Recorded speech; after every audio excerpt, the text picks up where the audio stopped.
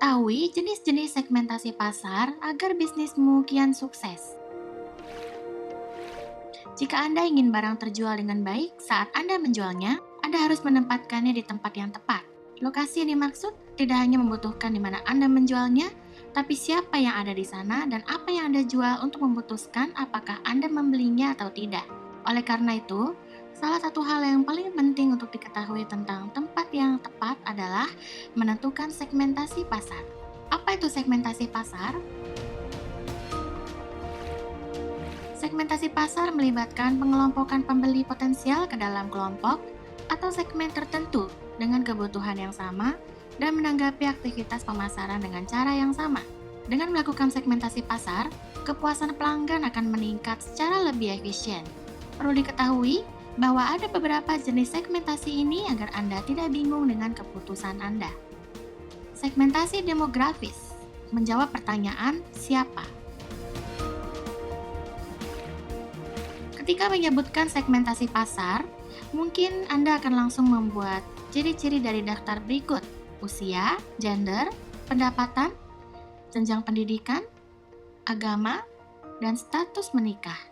Bahkan ada beberapa karakteristik ini termasuk dalam kategori segmentasi demografis. Misalnya, kalau Anda ingin menjual pakaian seperti kemeja atau celana panjang dengan harga sedikit lebih tinggi, Anda harus menargetkan orang yang bekerja karena mereka sudah memiliki penghasilan. Segmentasi psikografis menjawab pertanyaan kenapa. Segmentasi pasar psikografis fokus dengan kepribadian dan ketertarikan calon konsumen. Ada beberapa cara yang bisa digunakan untuk membedakan mereka, yaitu melalui sifat yang dimiliki, hobi, tujuan hidup, nilai-nilai yang dipegang, kepercayaan, dan gaya hidup. Ini biasanya lebih sulit daripada segmentasi demografis dan membutuhkan penyelidikan menyeluruh. Misalnya, kalau Anda ingin menjual makanan organik atau menu vegetarian, target pasarnya jelas orang-orang yang memiliki gaya hidup sehat atau percaya bahwa mereka tidak makan produk hewani. Segmentasi geografis menjawab pertanyaan di mana. Sebenarnya, sepertinya tidak ada batasan lagi di mana suatu produk harus dijual, karena hadirnya marketplace. Tapi masih perlu untuk melakukan segmentasi pasar berdasarkan lokasi, sehingga metode pemasaran dapat lebih efektif.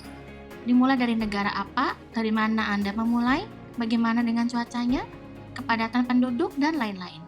Contoh segmentasi seperti ini adalah penjualan pakaian tebal dan target pasarnya adalah daerah beriklim dingin. Anda juga dapat menggunakan segmentasi geografis untuk menyesuaikan bahasa dan nada yang Anda gunakan. Segmentasi perilaku menjawab pertanyaan bagaimana. Mungkin mirip dengan segmentasi psikologis, tapi alih-alih berfokus pada kebiasaan sehari-hari calon pembeli, segmentasi ini lebih berfokus pada kebiasaan berbelanja mereka. Contohnya seperti kebiasaan menghabiskan uang, kebiasaan ketika membeli, interaksi dengan brand, loyalitas kepada brand, dan rating produk yang diberikan sebelumnya.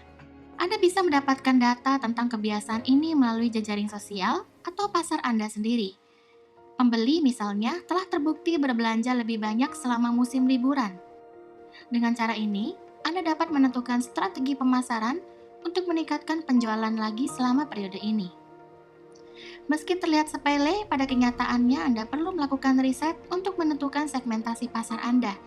Tujuannya adalah untuk dapat menjalankan kampanye pemasaran yang sama persis dengan tujuan Anda.